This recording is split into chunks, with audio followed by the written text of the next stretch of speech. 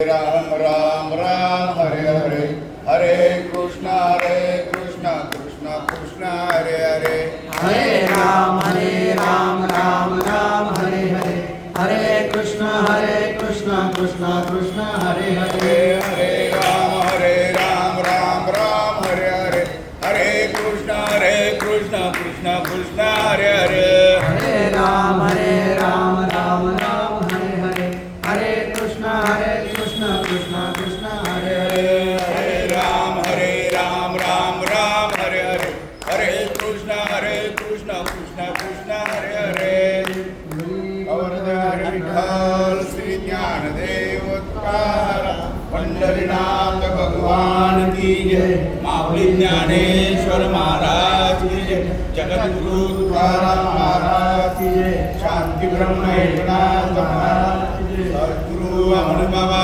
महाराज की जय सद्गुरु सावरम बाबा महाराज गुरुवर्य वासुदेव महाराज की जय कृष्ण भगवान की जय गावदेवी माते की जय ऐसी वैराग्याची शिवन देखती जे विवेकाची भाषणे नक्की ते मूर्ख केली पावती मज ईश्वराते. प्रस्तुत सेवेसाठी निवडलेली ओवी ग्रंथराज ज्ञानेश्वरीतील 4थ्या अध्यायातील 25 क्रमांकाची ओवी आहे. थोडक्यात थोडासा पर्याय देणे गरजेचं आहे. तसा वास्तविक पाहता काय मी प्रवचनकार नाही, तुमच्या आमच्यातला एक छोटासा बोलणारा, पण आमच्यात जे काही मोठे मंडळी आहेत यांच्या कृपा आशीर्वादानं आज बोलण्याची संधी मिळाली, ते पण आपल्याच गावात. याला सुद्धा भाग्य लागतं. आणि त्याच्यामध्ये देखील अखंड हरिनाम सप्ताह नवरात्र महोत्सव वर्ष 32.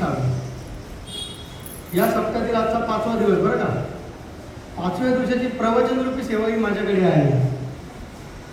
याच्यात मी माझ्या आई वडिलांचं कुठेतरी पुण्य आणि माझा भाग्य समजतो. भाग्य मला तिथे प्रवचन करण्याची संधी मिळाली. म्हणून तैसी वैराग्याची शिवण देखती जे विवेकाची भाषणे नती हे मूर्ख केली पावती मजेश्वराते. आज थोडंसं आपण वेगळं बोलूया, बरोबर. ओबी तीच घेतले, पण थोडंसं बोलण्याचा उद्देश वेगळा वेगळा. ओबीचा थोडक्यात अर्थ असा होतो की ते वैराग्याची शिवण देखती ज्याच्याकडे भक्ती आहे, नामस्मरणाचं बळ आहे, पाप पुण्य ओळखण्याची ताकद आहे आणि बुद्धी आहे, ते विवेकाची भाषणे नव्हती. पण कोणाचं सांगून ऐकत नाही, कोणाच ऐकत नाही. माझंच खरं. जे विवेकाची भाषणे म्हणजे ते मूर्ख केवी पावती. गणेशन महाराज काय सांगतात, अशी लोक मूर्ख आहेत. काय सांगतात, अशी मूर्ख लोकांना मी कधीच दर्शन देत नाही. ते मूर्ख केवी पावती माझं ईश्वर आहे. त्या मूर्खांना माझं दर्शन कधीच होत नाही. असा थोडक्यात अर्थ या ओळीचा आहे. आता प्रत्येक ठिकाणी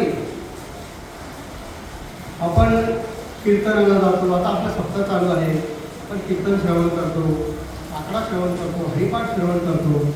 याच्यातून आपल्याला कुठल्या भक्तीचं फळ मिळतं माहिती का? श्रवण भक्तीचं फळ मिळतं. कारण आपण सर्व श्रोते वर्ग आहोत. श्रवण भक्ती देखील साधी भक्ती नाही. श्रवणम कीर्तनम दास्य सख्य आत्मनिवेदन अशी ओवी आहे.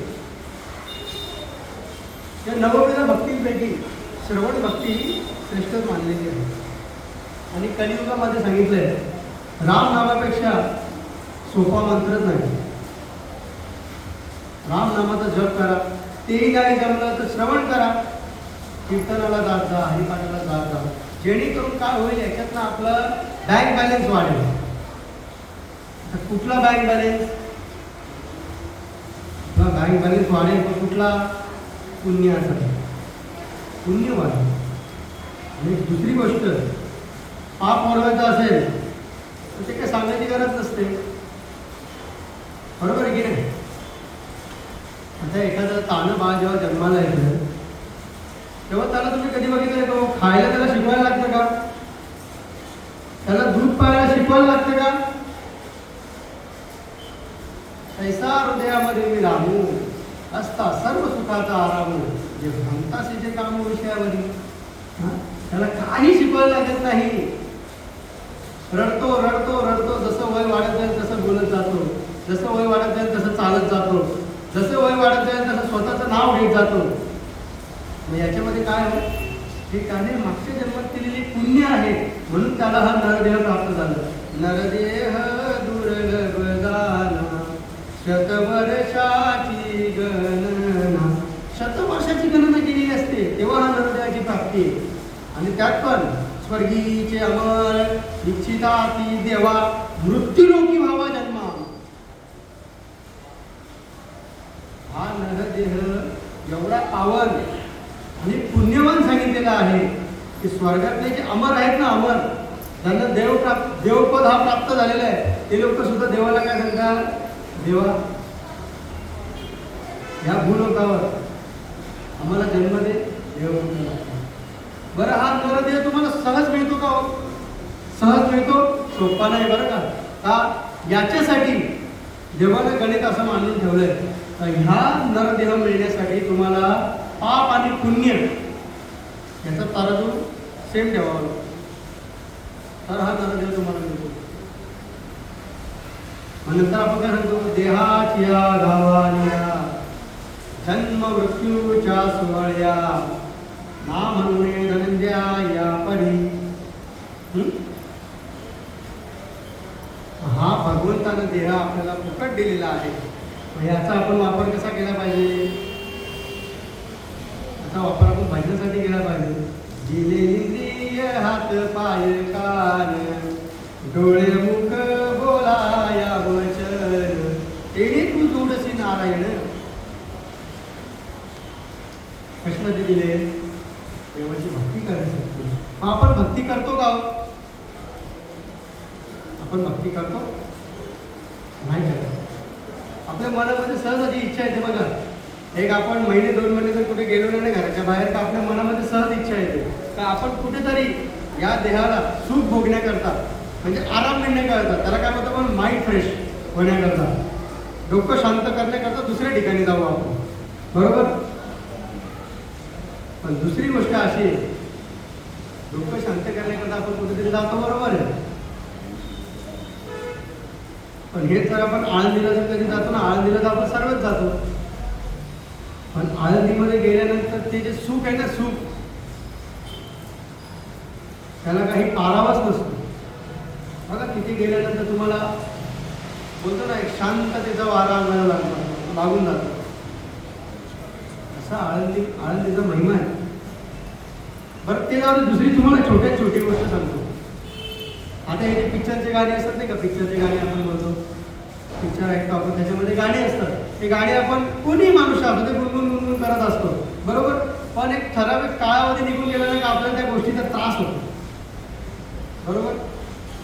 एक ठराविक, आता मला वाटतं हरिपाठ सांगायची गरज नाही आपल्याला, सगळेच हरिपाठाला जातात. कधी कंटाळा आलाच मला हरिपाठाचा, सांगा हरिपाठाचा 10 अभंग बोलायचाच नाही, असं होतं कधी? जेवढा बोलू तेवढा आनंद. मग याच्यासाठी काय वाटतं, हे मनामध्ये हा भाव उत्पन्न होण्यासाठी वैराग्य असणं फार गरजेचं आहे. आज आपल्याला वैराग्य सांगायचं, वैराग्य ऐसी वैराग्याची शिवण देखील. जेव्हा आपलं भक्तीचं प्रमाण वाढतं, नामस्मरणाचं बळ वाढतं, तेव्हा आपल्याकडे एक वैराग्य निर्माण होतं. असं तात्पर्य सांगायचं झालं तर तुकाराम महाराज फार वैराग्य होतं बरं का. तुकाराम महाराजांकडे एवढं वैराग्य होतं, एवढं वैराग्य होतं. तुका केवडा केवडा, तुका आकाशा एवढा, तुका आकाशा एवढा. तुकाराम महाराजांची ख्याती काय?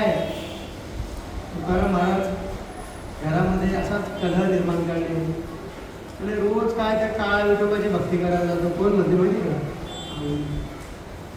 आपली तशी हिंमत नाही बरं का, आपण तसं बोलू नये.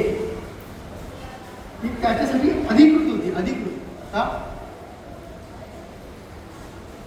तिचा जो मालक होता ना तो वैराग्यवान होता. तिचा जो मालक होता तो वैराग्यवान होता. तुकाराम महाराज आपले पांडुरंग पांडुरंग विठू माऊली तू, पांडुरंग पांडुरंग विठू माऊली तू, विठू माऊली तू माऊली जगाची, विठू माऊली तू माऊली जगाची, माऊलीच मूर्ती विठ्ठलाची, विठ्ठला माय बाबा, विठू माऊली तू माऊली जगाची. हा तुकाराम महाराजांची कशी भक्ती होती. आपल्या भंडारा डोंगरावरती चालत चालत भंडारा डोंगर चढायचं आणि आपलं निवांत भगवंताची पांडुरंगाची भक्ती करत बसायचं. भक्ती करता करता करता करता एक चैतन्य निर्माण झालं आणि ज्या दगडावरती बसायचे ना, बघा तुकाराम महाराजांचं असं वाक्य आहे, जळी दगडा सहित वया, जैशा तारी येल्या लाया. याचा थोडक्यात अर्थ असा होतो की ज्ञानेश्वर महाराजांनी जी गाथा लिहिली आणि गावकऱ्यांनी जेव्हा ती गाथा पाण्यामध्ये बुडवली ना, लाया कशा पाण्यावरती तरंगतात तशी गाथा पाण्यात बाहेर आली. आहे का आपल्याकडे एवढं वैराग्य. आपल्याला फक्त वैराग्य सांगायचं, भक्ती आणि वैराग्य या दोनच गोष्टी आहेत बघायच्या. भंडारा डोंगरावरती गेले आणि भक्ती चालू केली. म्हणून तुकाराम महाराज म्हणे नवीन नवीन भक्ती करतो, स्वतःला शहाणा समजतो. हे आपलं आपण बोलणारे बोल बरं नाही का, हे बोल आपण बोलायचे नाही. ठीक आहे, बघूया बघूया बघूया आपल्या आवडी विचारी. आता घरी तिकडे गेलेत बोलल्यावर जेवण घेऊन जाणं भाग आहे. तर डबा केला मस्तपैकी आणि पांडुरंगाला शिव्या देत देतच निघाली.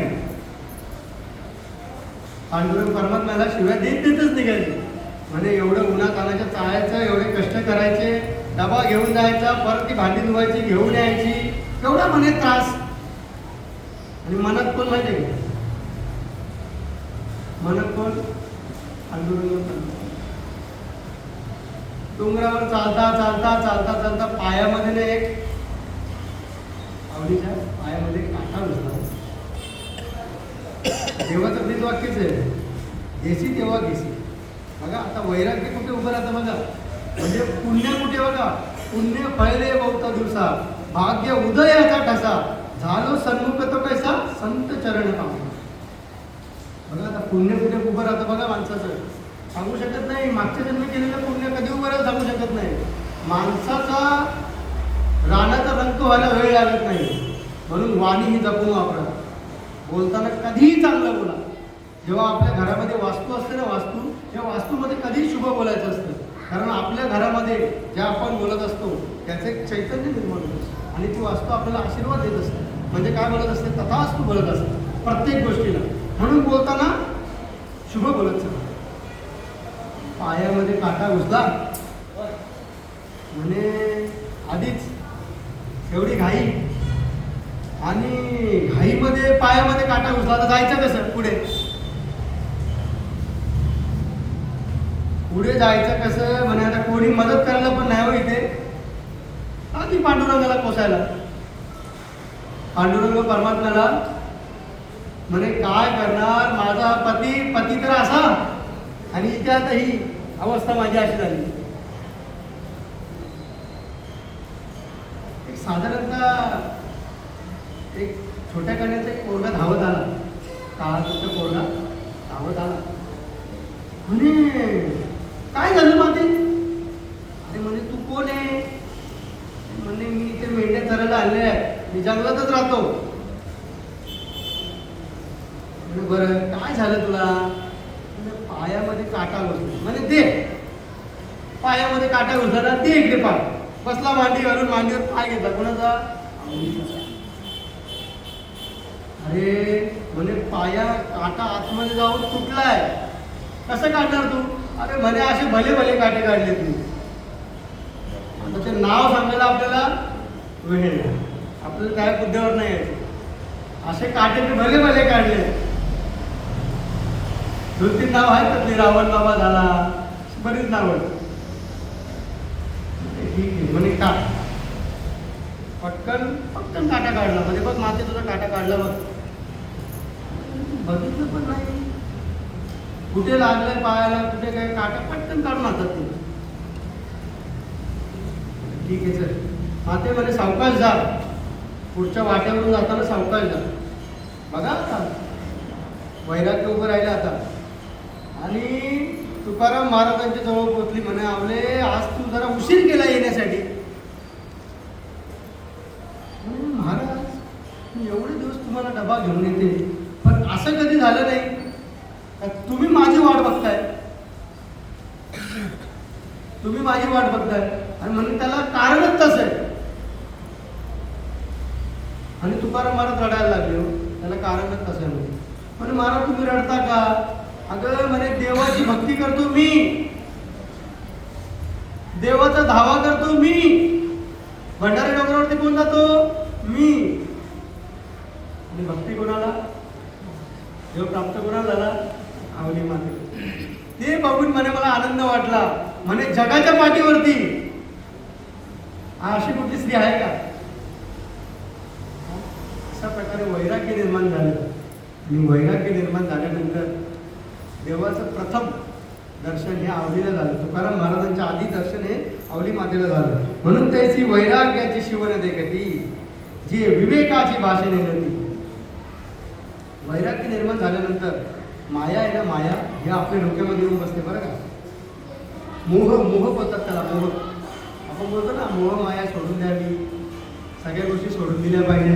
पण नाही, देवानं मोह मायेला असं सांगितलेलं आहे.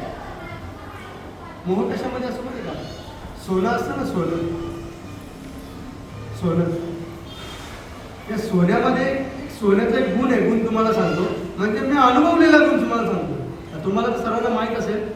ते सोनं जर एकदा आपण हातात घेतलं ना, हातात, तर त्याला ठेवायची इच्छा होत नाही बघा आपल्याकडे. जर आपल्या अकाउंटला पैसे असतील ना, ते सोनं तुम्ही हातामध्ये घ्या, त्याला ठेवायची इच्छा होते का बघा. जरासंधाच्या मुकुटाला तो शाप दिलेला होता. तो मोह आहे ना, आपल्याला सोडत नाही.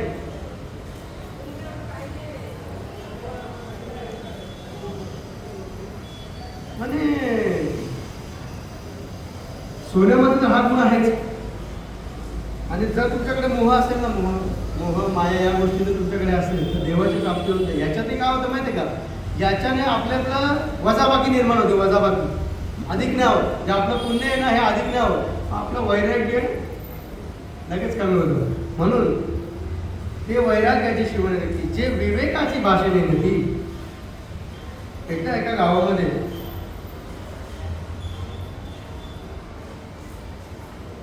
मोठा पंडित होता. धनाढ्य होता पंडित. पंडिताकडे पैसा भरपूर होता, सर्व काही होतं, दिसायला देखणा होता. तिकडे पूजा कर, तिकडे पूजा कर, भरपूर धन दौलत कमवली. आणि धन दौलत कमवल्यानंतर काय झालं माहिती आहे का,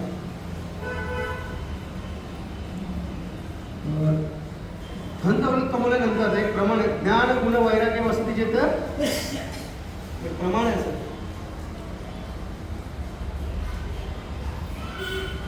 अशा 3 गोष्टी ज्या ठिकाणी येतात त्या ठिकाणी देव असतो. धन भरपूर होतं, धन भरपूर होतं, पण ज्ञानामध्ये थोडीशी कमी होती. कोणाच्या, पंडिताच्या ज्ञानामध्ये थोडीशी कमी होती. हा, तर त्याच्यामध्ये म्हणजे एवढं माझ्याकडे धन दौलत आहे, म्हणजे ज्ञानी असे 4-5 लोक मी कामाला ठेवू शकतो सहज. पंडिताला अहंकार झाला, अहंकार. बघा, पंडिताला थोडासा अहंकार निर्माण झाला.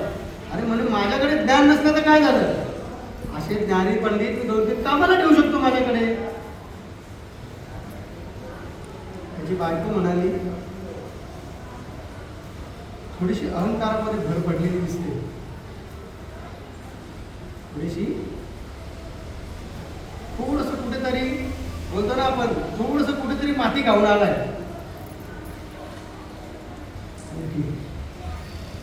एके दिवशी असं भजन कीर्तन सर्व झालं. पंडित दमलेला घरी आला आणि घरी आल्यानंतर खुश होता. बायकोला सांगितलं म्हणे माग, तुला काय मागायचं ते मागून घे, एवढं ऐश्वर संपन्न आहे मी, काय मागायचं ते मागून घे. बायकोने काय सांगितलं माहिती आहे का, फक्त माझ्या एका प्रश्नाचं उत्तर द्या बस. काय सांगितलं, तुमच्याकडे सर्व सुख तुम्ही मला दिले, फक्त माझ्या एका प्रश्नाचं उत्तर द्या. म्हणे काय तुझा प्रश्न आहे. म्हणे पापाचा बाप कोण. काय सांगितलं, पापाचा बाप कोण. बोलून सगळ्या पंडितांनी सगळ्या मित्रांना बोलून घेतलं, मोठ्या लोकांना. म्हणे माझ्याकडे माझ्या पत्नीनं मला असा एक प्रश्न उपस्थित केलेला आहे आणि ह्या प्रश्नाचं जो कोणी उत्तर देईल त्याला मी ठरलेल्या मोहरा किंवा बक्षीस देईल, आणि याचं मला उत्तर द्या.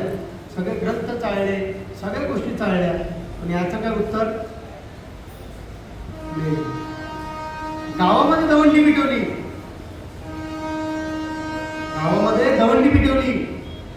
ह्या प्रश्नाचं उत्तर माझ्या कोणीतरी द्या. पापाचा बाप कोण. फिरला ह्या गावातून त्या गावात, त्या गावातून त्या गावात बराच फिरला. पत्नीने इज्जतीचा प्रश्न आहे ना, इज्जत आहे प्रश्न. पत्नीने प्रश्न विचारला, पापाचा बाप कोण. फिरता एका ठिकाणी एका घराजवळ बसला. घरातून एक स्त्री धावत आली. म्हणे महाराज काय झालं. म्हणजे थोडी तहान लागली, थोडंसं पाणी घेतलं. पाणी घेतल्यानंतर म्हणजे महाराज तुमच्या चेहऱ्यावरची तेजी जरा कमी झालेली दिसते. चेहऱ्यावरची तेजी जरा कमी झालेली दिसते. म्हणे काय करणार, तशा संकटामध्ये सापडले. म्हणे काय तुमचा प्रश्न आहे. म्हणे माझ्या पत्नीनं मला सांगितलंय पापाचा बाप कोण. म्हणजे याचं उत्तर दे. म्हणे एवढंच ना. काय सांगितलं, एवढंच ना, पापाचा बाप कोण. म्हणजे तुम्हाला मी याचं उत्तर दे. उद्या तुम्ही माझ्या घरी जेवायला या तर या, वरून तुम्हाला 25,000 रुपये बक्षीस देते म्हणजे, पण नक्की या. आता याच्यामध्ये गणित असं झाला. पंडित बोलल्यानंतर लक्ष्मी मातेचं शाग आहे बरं का. भृगु ऋषीने जेव्हा विष्णूला लात मारली तेव्हा म्हणे तू कधीच सुखी राहणार नाही, कधी सुखी राहणार नाही. म्हणजे तुमच्याकडे कितीही पैसा येऊ दे म्हणे, तुम्हाला पैसा कमीच. ब्राह्मणाला असा शाप दिला.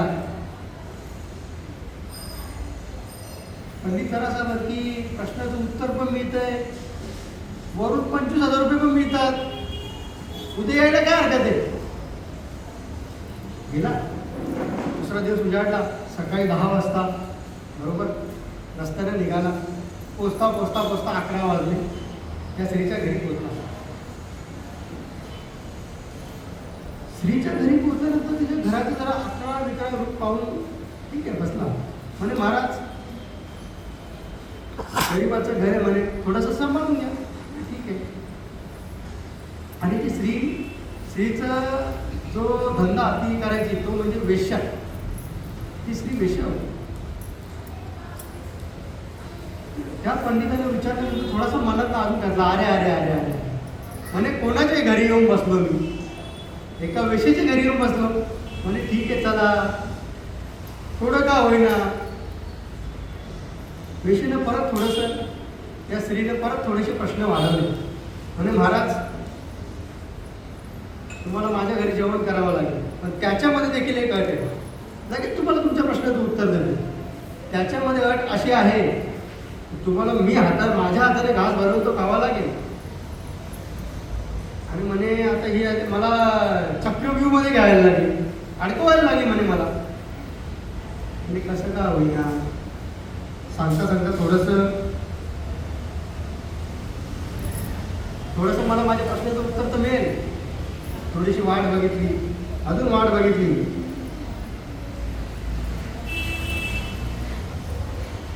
आणि पत्नीने त्या स्त्रीने जेवणाचं ताट आणला. आणल्यानंतर म्हणे आता माझी अजून एक इच्छा आहे म्हणे, म्हणे तुम्ही मला तुमच्या मांडीवरती बसवा. काय सांगितलं? बघा आता पंडित होता, पंडित शहाणा पंडित होता, सगळे ज्ञान वगैरे सर्व बसला. अरे तेही ठीक आहे, चला बघा आता. म्हणजे महाराज घास भरवण्याच्या आधी पहिला घास अशी भरवायला गेली आणि त्या स्त्रीनं फाटकन एक कानाखाली मारली पंडिताच्या. अरे म्हणे हे काय केलं तू? म्हणजे हे तुमच्या प्रश्नाचं उत्तर. काय सांगितलं?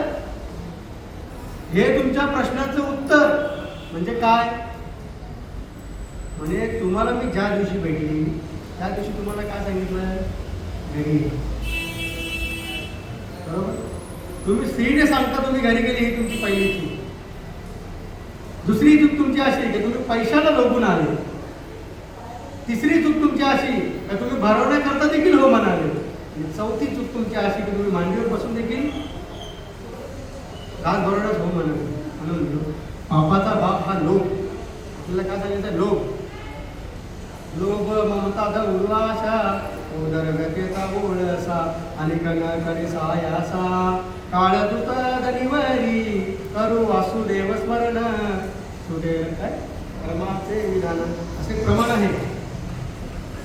याच्यामध्ये वैराग्य निर्माण झालं आणि वैराग्य निर्माण झाल्यानंतर तुका म्हणे देह भरिला विठ्ठले आणि कामक होतं घर केले ते आखून गेला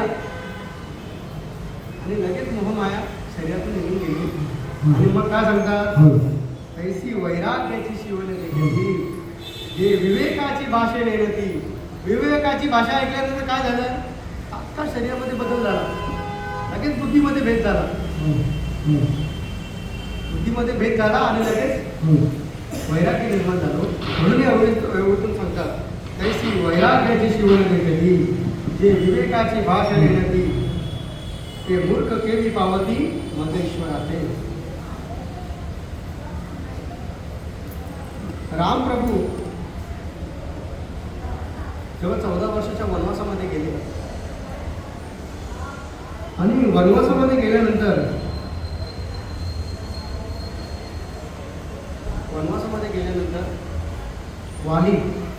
वाली भेटला.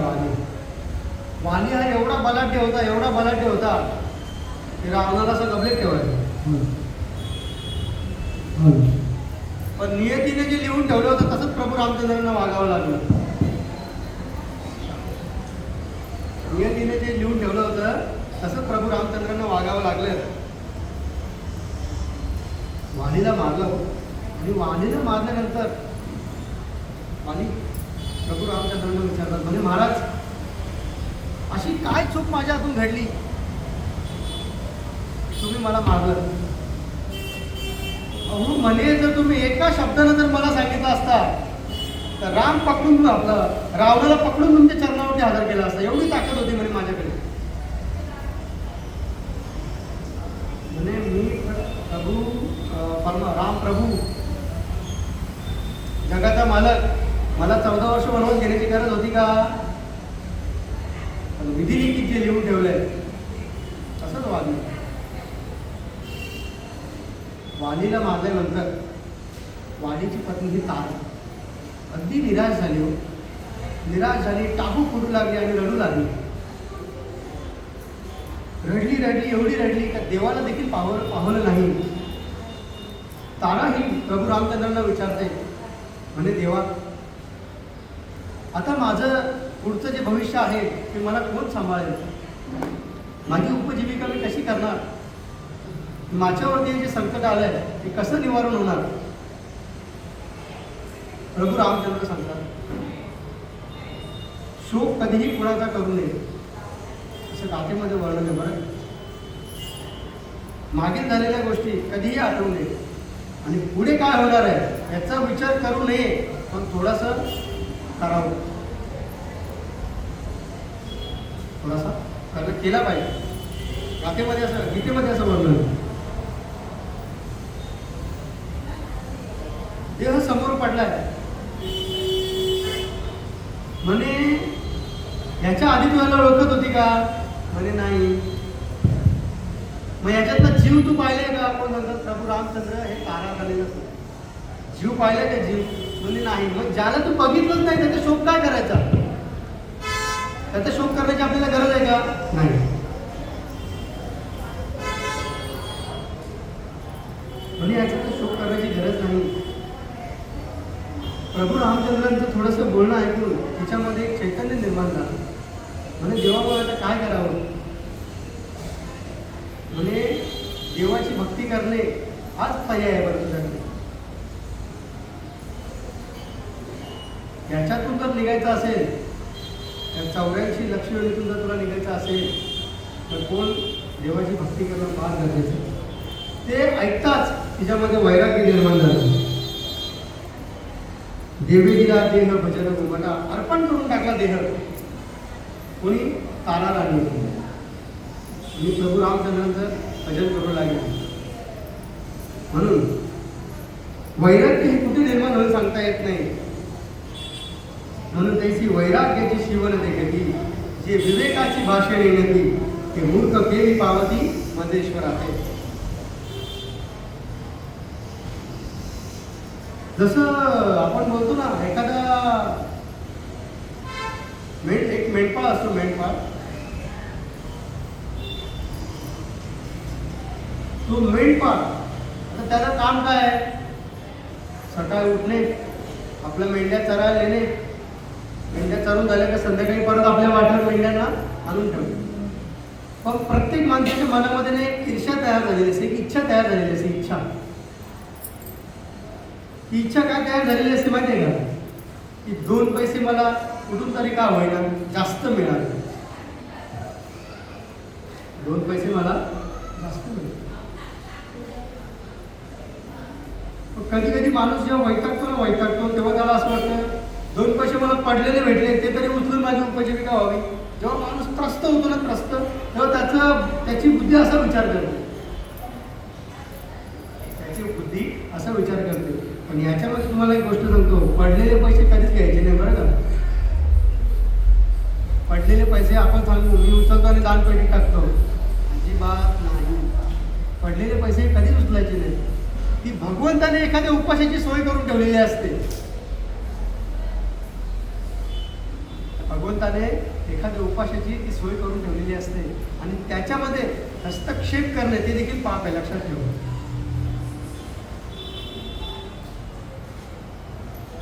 जसं आपण बोलतो की गायीला खायला देणे हा पुण्याचं काम आहे, बरोबर ना? पशुला खायला देणे फार पुण्याचं काम आहे. हो, पण याच्यामध्ये एक गोष्ट सांगण्यासाठी अशी आहे, जेव्हा पितृपक्ष येते तेव्हाच आपल्याला गायीची आठवण येते.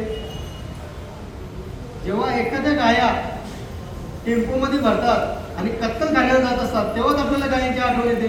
आणि वर्षाचे 365 दिवस असतात तेव्हा गाण्या आठवण येतो. तुमच्या जेवणावरती गाया उपाशी आहे असं काय आहे का? ज्याची त्याची सोय परमात्म्याने बरोबर करून ठेवलेली आहे. आपल्या जेवणावरती आहेत का? आपण जर आज त्या गायला जर खायला दिलं नाही तर गाय उपाशी राहील. अहो, लोकांनी त्याचा सुद्धा धंदा बनवलाय आता. कुठल्या जर आपण मंदिराच्या बाहेर गेलो ना तर त्या गाया दावणीला बांधून ठेवलेल्या असतात आणि आपल्याकडे त्या जो ह्याचा पेंड्याचा गोळा बनवलेला असतो चारा, त्याचे 10 रुपये 15 रुपये घेतात. अख्ख्या रात्रभर त्या गायला उपाशी ठेवलेलं असतं बरं का. मी असं म्हणत नाही की गायला खायला देऊ नका, कुठे पाप आणि कुठे पुण्य याची जाणीव आपल्याला करता आली पाहिजे. कारण का हा नरदेह आहे, बरोबर? आणि याच्यामध्ये ती बुद्धिमत्ता देवाने दिलेली आहे. एखाद्या वाघाला जर तुम्ही सांगितलं बाबा जा जरा गवत खाऊन, ऐकेल का तुमचं? ऐकेल का? ही बुद्धी पाप ओळखणे, पुण्य ओळखणे, कर्म चांगले करणे, देवाची भक्ती करणे, ज्ञान वाढवणे, वैराग्य वाढवणे, हे फक्त कोणाला आहे? हे वर फक्त मानवालाच आहे. वैराग्य निर्माण करणं हे माणसाच्याच हातामध्ये. हा आपला मेंढ्या चालत असायचा आणि मेंढ्या चालता चालता म्हणे एवढे मी कष्ट करतो, दिवस रात्र झटत असतो, पण या मेंढ्यांमुळे माझं काही मागत नाही. म्हणजे एखादा सोन्याचा दगडच जर मला मिळाला तर, बघा असं कधी कधी विचार आला असेल आपण लहान असताना वगैरे, एखादी बॅगच भरून भेटली तर येतो असा विचार. समजा आपल्या मनामध्ये पाप आहे अजून, आपण लगेच समजा आपल्या मागे पाप उभा आहे अजून. रस्त्यावर पडलेले पैसे जर तुमच्या मनात इच्छा आली हे पैसे उचलावे, लगेच समजा आपल्या मागे अजून पाप बाकी आहे. छोटे छोटे गुण आहेत पण हे अजून देखील काम करतात. म्हणून ते वैराग्याची शिवण देखील. आणि त्या मेंढपाळाला एक दगड भेटतो. दगडाला जरा चकाकी जरा वेगळ्या रंगाची येते. दगडाला चकाकी जरा वेगळ्या रंगाची येते. आणि हा दगड आपण घरी नेऊया. हा दगड आपण घरी नेऊया. घरी नेताना सहज विचार आला मनामध्ये, पण या दगडाची तरी काय किंमत आहे. घरी नेऊन तरी हा दगड काय करावा. तो दगड घेतो आणि त्या मेंढीच्या गळ्याला बांधून ठेवतो. काय करतो, तो दगड घेतो आणि त्या मेंढीच्या गळ्याला बांधून ठेवतो. तो दगड कुठला असतो माहिती आहे का, चिंतामणी नावाचा दगड असतो. चिंतामणी नावाचा दगड, त्याच्यामध्ये माऊली प्रमाण म्हणते का चिंतामणी आली आधी सदा विजयवृत्ती मनोरथी. पुढे ज्ञानदेव पुढे. अहो प्रत्येक गोष्टीची जाणण्याची अक्कल ही माणसाला दिलेली आहे, पण ते जाणण्याकरता जे बुद्धी आणि जे वैराग्य लागतं ते प्राप्त करावं लागतं. ते फुकट मिळत नाही. देवाची भक्ती ही करावी लागते आणि त्या भक्तीच्या जोरावरती ती भक्ती आपल्याला पंढरपूरला आणि आळंदीला जायचं ज्ञान देते. बरं का, पंढरपूरची वारी अशीच कोणाच्या वाट्याला येत नाही. अहो भले व कधी आज रात्री म्हणून ठेवले आणि सकाळी असं काहीतरी कारण येतं का वारीला जाता येणार नाही. हो मागे पाहते आपण लगेच समजायचं. 18 दिवस वारी करतात. 18 दिवस पुण्यावरून, आणि 18व्या दिवशी अशी तब्येत बिघडते. आपल्याला घरी लगेच गाडी घ्यायला येते. बाबा काय घरी, याच्यासाठी काय केलं पाहिजे, वैराग्यवंत होणं गरजेचं आहे. हे वैराग्य फक्त संतांकडे, आणि संतांनी आपल्याला फुकट दिले. हो फुकट. देव घ्या कोणी, देव घ्या कोणी, ऐका आला घर कुसुनी. हो ऐका आपल्याला सगळं दिलंय. सप्ते वगैरे सगळे ऐकते, फक्त घ्यायचं आणि बसायचं नाही, ऐकायचं एवढंच काम आहे. श्रवण भक्तीचा वापर करायचा फक्त बस. हा आपल्यासाठी गाथा लिहून ठेवली आहे, ज्ञानेश्वरी लिहून ठेवली. अहो देवाच्या मुखोद्गत असलेली गीता, देवाने स्वतः लिहिलेली, स्वतः सांगितली गीता. पण त्याच्यामध्ये एक बोलतो ना आपण, एक देवाने सांगितलंय, तीळ भरी जरी होय अभिमान मेरू तू समान भार देवा. एवढूसा जरी अहंकार झाला नाही, एवढूसा तरी देव तुमच्या एका क्षणात दुरावला जातो, एका क्षणामध्ये. मग हे वैराग्य कोणाकडे होतं माहिती का, एक वैराग्य पुंडलिकाकडे होतं. पुंडलिक जेव्हा आई बापाची भक्ती करत होतं ना, हेच वैराग्य पुंडलिकाकडे होतं. जेव्हा पांडुरंग परमात्मा पंढरपुरामध्ये पुंडलिकाला भेटण्याकरता येतो, तेव्हा पुंडलिक काय बोलतो, तुझं लागी येते बोलाविले कोणी, पार्थिव आवाज कोणी आला असे का. म्हणे कोण आहेस तू. कोण बोलतो, पुंडलिक बोलतो, कोण आहेस तू. आपली आहे का हिंमत बोलायची. बस तेवढं वैराग्य होतं तुमच्या. हा आपली आहे का एवढी हिंमत, म्हणजे कोण आहेस तू.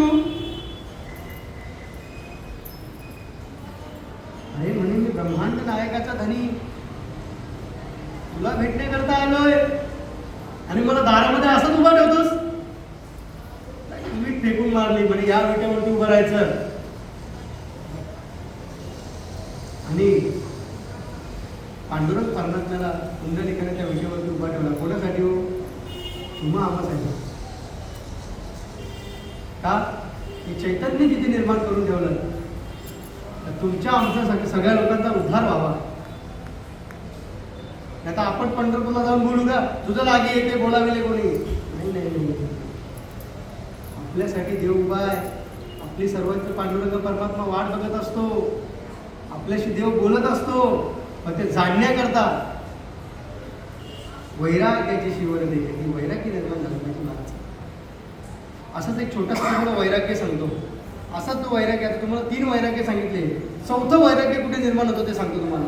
4थं वैराग्य जेव्हा आपण एखाद्या आपल्या घरातला कोणी व्यक्ती किंवा दुसऱ्याच्या घरचा जातो ना, आणि आपण जेव्हा त्याला स्मशानभूमीमध्ये नेतो ना महाराज, ते जे वैराग्य असतं ना, ते आपण साक्षात आपलं मन देवाशी बोलत असतं बरं का. आपलं मन देवाशी चर्चा करत असतं, आतून आपलं मन रडत असतं तेव्हा. अरे काय या जीवासाठी केलं मी, या देहासाठी काय काय नाही केलं. पैसा कमवला, धन दौलत कमवली, बंगला बांधला, सगळ्या गोष्टी केल्या. जायचं कुठे, बंगल्यात, जाण्याचं नोटींमध्ये का सोनं घेऊन, नाही नाही नाही. लास्टची पत्रावळी आपली इकडेच. तेव्हा माणूस काय म्हणतो माहिती आहे का, चांगला होता विचारा. अहो ज्या क्षणी एखाद्याच्या मुखातून असं निघालं, त्या क्षणी त्याचा स्वर्गाचे दरवाजे उघडले गेले.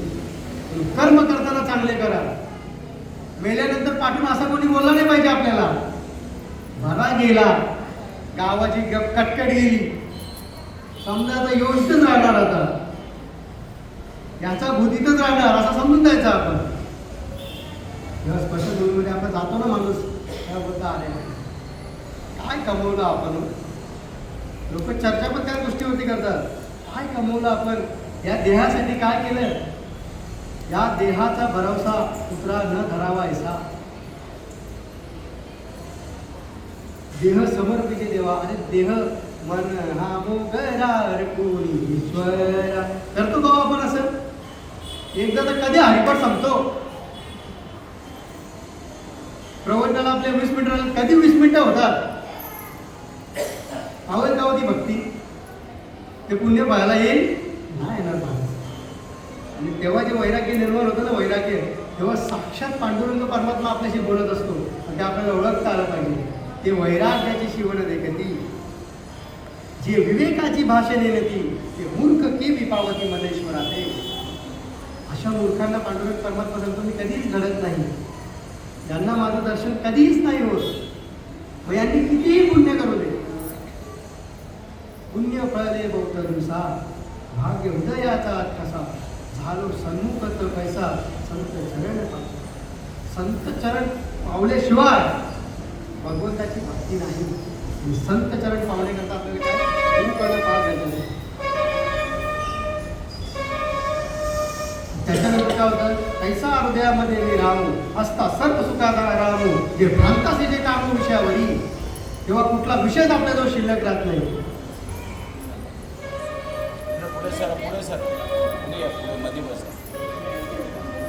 विषय तो त्यांचा झाला नारायण, ना आवडे जनधन माता पिता.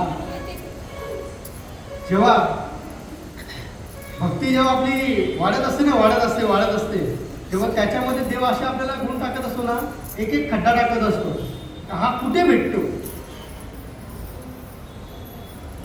भक्ती जेव्हा वाढत असते ना, तेव्हा असा माणूस देव देखील परीक्षा घेत असतो बरं का, अशा माणसांची. असंच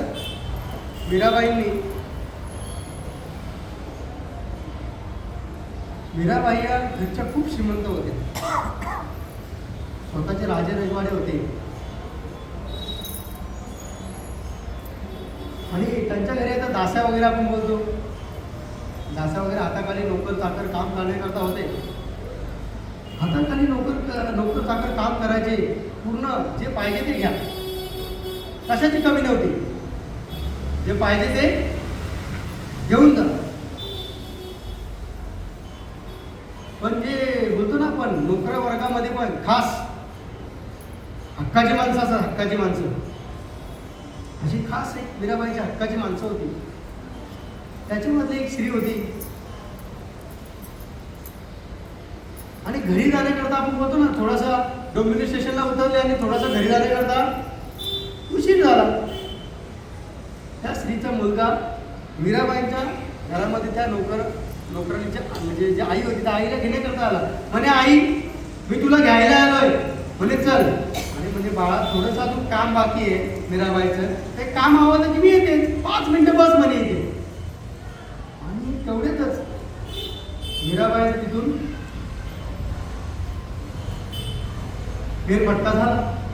आणि फेरफटका चालू असताना त्या मुलाच्या मीराबाईला बघता क्षणी म्हणजे नोकराचा त्याची नोकरी जी बाई होती त्या स्त्रीचा मुलगा मीराबाईला बघता क्षणीच त्याच्या डोळ्यामध्ये एक तेजमय दृष्टी निर्माण झाली. म्हणजे एवढी सुंदर स्त्री, लोक निर्माण झालं बरं का, लोक निर्माण झालं. दृष्टी बदलली. दृष्टी बदलल्यानंतर मनातून मन काय बोलतो माहिती आहे का, म्हणजे एवढी सुंदर स्त्री जर माझी पत्नी असती तर. कोण बोलतो? नोकराणीचा मुलगा मीराबाईला काय म्हणतो? एवढी सुंदर स्त्री जर माझी पत्नी असती तर. घरी आला, विचार केला. म्हणजे ती राजवाड्यामध्ये राहणारी मुलगी आणि आपण इथे कोण? दुःख झालं, मनातून दुःख झालं. दुःख पावल्यानंतर त्या मुलाची तब्येत ना दिवसेंदिवस खचत चालली होती. आपण बोलतो ना खचत चालला माणूस, दिवसेंदिवस खंगत चालला. नाराज होऊ लागला. आईने जवळ घेतलं आणि बा दोन्ही टायमाला काजू बदाम खातो तू, एक टायमाला देखील तुला उपाशी ठेवत नाही मी, तुझ्यासाठी एवढे काबाड कष्ट करते आणि नेमकं तुला असं काय दुःख आहे ज्या दुःखामुळे तू एवढा खचत चाललाय? म्हणजे आई न सांगण्यासारखा प्रश्न आहे. आणि म्हणे मी तुला जन्म दिलाय, 9 महिने तुला उदरात ठेवलंय, सांग म्हणे मला काय. म्हणे तू जिच्या घरी काम करते ना म्हणे तिच्याशी माझं लग्न व्हायची इच्छा आहे, ती माझी पत्नी व्हावी. अरे अरे अरे. आईने डोक्यावरती हात मारला. आईनं डोक्यावरती हात मारला. आई आतून कसली. आणि आई काय म्हणाली? आणि एवढा लहानाचा मोठा केला, सर्व गोष्टी केल्या, थोडंसं ज्ञानामध्ये भर कमी असल्यामुळे त्याने ही इच्छा व्यक्त केली. म्हणजे तुझी इच्छा आहे ना? मी विचारलं. आई काय म्हणते? मुला तुझी इच्छा आहे ना? मी मीराबाईला उद्या जाऊन विचारतो. आणि तेवढ्या दुसऱ्या दिवशी मीराबाईने देखील त्या नोकराणीला पकडली. तुला मी सगळं देते, म्हणजे माझा तू उजवा हात, आणि तू अशी तुझा मुलगा असं का म्हणे? मीराबाई तुम्हाला एक गोष्ट सांगू का? म्हणे प्रश्नच तसा उद्भवला. काय झालंय? प्रश्नच तसा उद्भवला. नाहीतर शेवट मला नोकरी सोडावी लागेल आणि मी जर तुम्हाला माझा प्रश्न सांगितला तर तुम्ही मला फासावर द्या. म्हणून जसं चाललंय तसं चालू. म्हणजे असं कसं? म्हणजे मी जर तुम्हाला सांगितलं तर तुम्ही माझ्यावर रागवणार, मला कोठडीमध्ये टाकणार. अगं म्हणे एवढंच आहे ना, मी तुझ्या रागवत देखील नाही आणि तुला कोठडीत देखील टाकत नाही, पण तुझ्या मनातलं मला सांग. कोण सांगते? मीराबाई सांगते, तुझ्या मनातलं मला सांग, मला कळू दे. म्हणजे माझं बा मला आहे काय थोडं पण पायाची वाहन पाय भरी. म्हणजे तुमची नोकरानी ना मला तिथेच राहू दे. आणि नाही, आता तुम्हाला सांगितलं ना, आता मला पूर्ण सांगायचं. भक्ती करायची तर पूर्ण करायची, जे काम करायचं ते पूर्ण करायचं.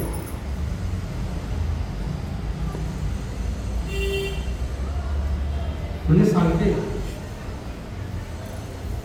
म्हणजे माझा मुलगा मला जेव्हा तुमच्या घरी घेण्याकरता आला होता तेव्हा त्याने तुमचं सुंदर रूप पाहिलं आणि त्याच्या मनामध्ये मोहिनी निर्माण झाली. काय? माया निर्माण झाली की अशी जर सुंदर स्त्री जर माझी बायको असती तर. अरे म्हणे एवढंच ना, कोण तुझ्या मुलाला उद्या लग्न करते त्याच्याशी. अशीच आई आनंदाने घरी गेली आणि म्हणे मुला तुझ्यासाठी आनंदाची बातमी आहे बरं का. काय सांगितलं? आनंदाची बातमी आहे. म्हणे काय? म्हणे मीराबाई लग्न करण्यासाठी तयार झाली. मुलाचे हावभाव बदलले. रात्रभर झोपला नाही. उद्या 10 वाजतात कधी आणि जातो कधी. गेला आईच्या बरोबर गेला आणि आईच्या बरोबर गेल्यानंतर मीराबाईच्या समोर उभा राहिला. कोण मुलगा? मीराबाई सांगते म्हणे एवढंच ना, तुला माझ्याशी लग्न करायचं ना? म्हणे, चालेल ठीक आहे, पण माझी एक छोटीशी अट आहे. म्हणे काय छोटीशी अट आहे? म्हणे पिंपळाच्या झाडाखाली 8 दिवस बिना अन्न पाण्याचं डोळे बंद करून भगवंत श्रीकृष्णाची तपश्चर्या करायची. मनामध्ये थोडासा विचार करतो, 6 महिने तर मी खंगून घालवलेच, अजून 8 दिवस राहण्याचं काय वाईट आहे? अजून 8 दिवस राहण्यामध्ये एवढी सुंदर स्त्री, राजाची मुलगी जर माझी पत्नी होणार असेल तर मला काय वाईट आहे? म्हणे ठीक आहे. म्हणे तुझ्यासाठी इथे 4 जण उभे करणार, डोळे उघडलेस का क्षणिक क्षणाचे शिक्षा मिळेल. म्हणे ठीक आहे. बसला, झाडाखाली बसला आणि तपश्चर्या चालू केली. श्री कृष्ण गोविंद हरे मुरारी, हे नाथ नारायण वासुदेव.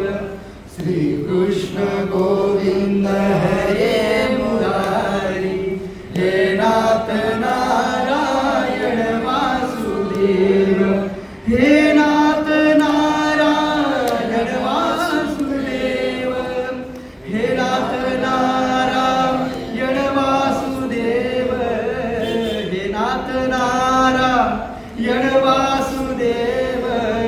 श्री कृष्ण गोविंद हरे मुरारी, हे नाथ नारायण वासुदेव. श्री कृष्ण गोविंद हरे मुरारी, हे नाथ नारायण वासुदेव. 8 दिवसात मीराबाई आली. म्हणजे 8 दिवस त्याची भक्ती पूर्ण झाली म्हणे. आणि मीराबाई समोर उभी राहताच मुलानं डोळे उघडले. डोळे उघडल्यानंतर डोळ्यातनं अश्रू आले. हो, पुण्य पडले बहुत दिवसा, पुण्य पडले बहुत दिवसा, भाग्य उदयाचा ठसा, भाग्य उदयाचा ठसा. झालो सन्मुख तो कैसा, झालो सन्मुख तो कैसा. संत चरण पावलो. संताचं दर्शन, संताच्या सानिध्यामध्ये आला आणि काय देह विसरला, वैराग्य निर्माण झालं.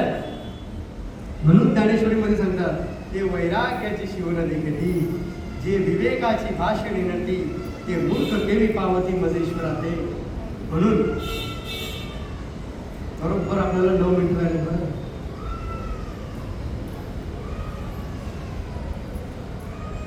म्हणून देवाच्या सानिध्यामध्ये रात चला.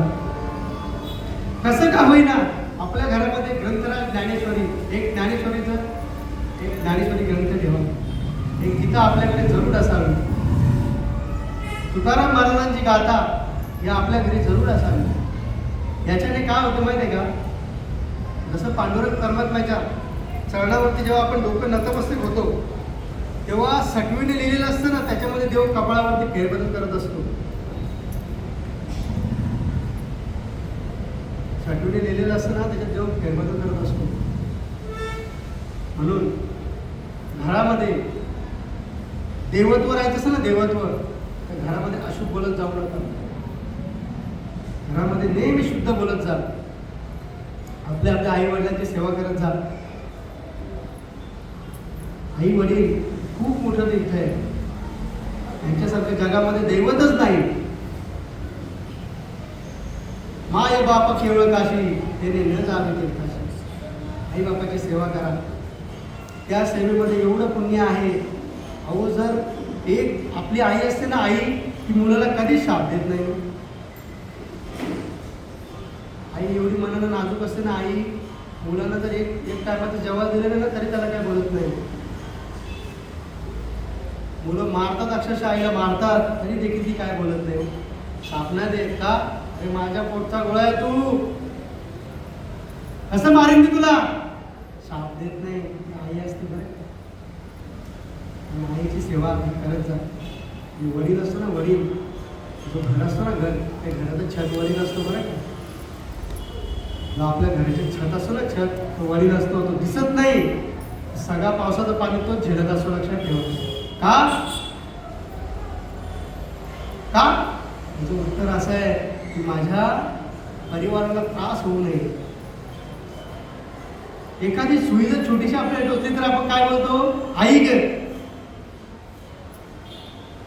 तीच जर एखादी ट्रेन जर अंगावरून जात असेल तर बाबा बाबा बाबा, तेव्हा बापाची आठवण येते. बाप असतो. आई ही सगळीकडे लिहिली गेली, पण पडद्याआडचा बाप हा तिथेच राहिला. बापाचा हातभार हा सगळ्यात मोठा आहे. त्यांच्यासारख्या जगामध्ये दैवत नाही, म्हणून त्यांची सेवा करत चला. अहो त्यांची जर तुम्ही सेवा केली ना तर तुम्हाला कुठेच जायची गरज नाही. एवढा मोठा पांडुरंग परमात्म्याला आणून ठेवला पुंडलिकानं, याच्या पुढे काय सांगायचं? म्हणून ते वैराग्याची शिवण देखती, जे विवेकाची भाषे निघती, हे मूर्ख केवी पावती मजेश्वराते. एक छोटंसं तुम्हाला अजून एक दृष्टांत सांगतो. 5 मिनिटं राहिली आपल्याकडे.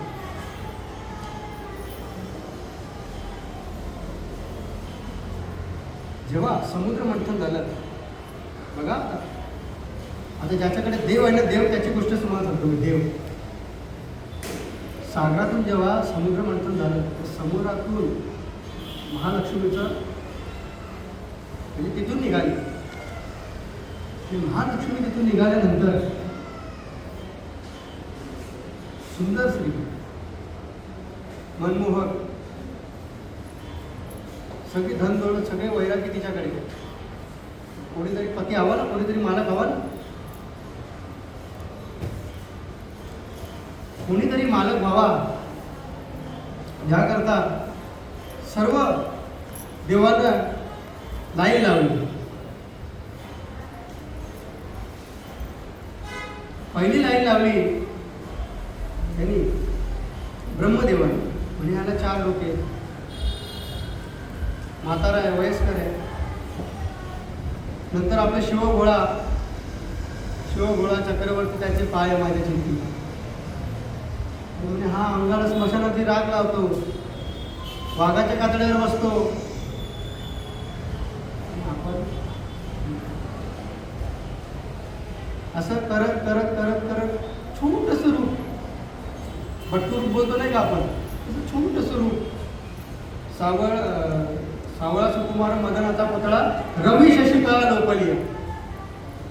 छोटंसं रूप घेतलं. कोण माहिती आहे? भगवंत विष्णू छोटंसं रूप घेतलं. कोणी सगळ्यांना रिजेक्ट करायला लागली, सगळ्यांना रिजेक्ट करायला लागली. म्हणजे हा मला मुलगा पती म्हणून मला स्वीकार आहे. तेव्हा भगवंत काय सांगत नाही, तुला मी आवडलो, मला तू कुठे आवडली? हा कोण आहे? चतुरातू शिरोमणी, गुण लावण्याची कामी, कुठं चक्रमणी धन्य तुझी विठोबा. पांडुरंग परमात्मा आहे, साधा आहे का तो? आणि त्याला सर्व माहीत असतं. म्हणजे तुला मी आवडलो, मला कुठे तू आवडली? म्हणजे आता एवढं लांबून सगळ्यांना नाही नाही रिजेक्ट करत तर आले. आता तुम्ही मला रिजेक्ट केल्यावर माझी इज्जतच जाणार, दुसरं काय? ही चरणाची दासी व्हावी लागेल. तुला काय करावं लागेल? चरणाची दासी व्हावी लागेल. म्हणजे तुम्ही मला नोकर जरी ठेवलं तरी मी राहायला तयार आहे, पण माझ्याजवळ तुम्ही वैराग्य असून देखील तरी चालतंय का? जरा जरी तुमच्यामध्ये अहंकाराला थोडा जरी मेरू तो समान भार म्हणून जे वैराग्याची शिवण देखती, जे विवेकाची भाषे नेती, ते मूर्ख केवी पावती मजेश्वराते. नेहमी चांगलं बोलत जा, नेहमी चांगलं ऐकत जा, नेहमी चांगलं खात जा. हा जर शरीर आहे ना, शरीर, तरच तुम्हाला भक्ती करता येईल. शरीर एकदा थकला ना, थकला. याचं वय जेव्हा 60 होईल ना, तेव्हा आपण सांगतो पंढरपूरच्या वारीला जाऊया. जमेल का हो? नाही करता येईल. म्हणून जे आहे ते टायमामध्ये करा, वेळेमध्ये करा. म्हणून ते विवेकाची भाषा निर्ती, ते मूर्ख ते पावती मधेश्वरा. ते 60 वर्ष झाल्यानंतर वारीला गेल्यावर देवाची प्राप्ती नाही. म्हणून देवाची भक्ती करा, वेळच करा. म्हणून ते वैराग्याची शिवण देखती, जे विवेकाची भाषा निर्ती, ते मूर्ख केली पावती मधेश्वरा. ते झालेली सेवा पांडुरंगाची चरणे अर्पण करून, माझ्या माता पित्यांची चरणे अर्पण करून, तुम्हा सर्वांची चरणे अर्पण करून सेवेला पूर्ण विराम देतो. काही चूकभूल झाली असेल तर माझी मला द्या, पण मी जर तुम्हाला काही चांगलं सांगितलं असेल ते नक्की बरोबर नाही बरं का. माझं जे वाईट असेल ना खरा क्षमा अपराध महाराज पुंडलिक वरद हरी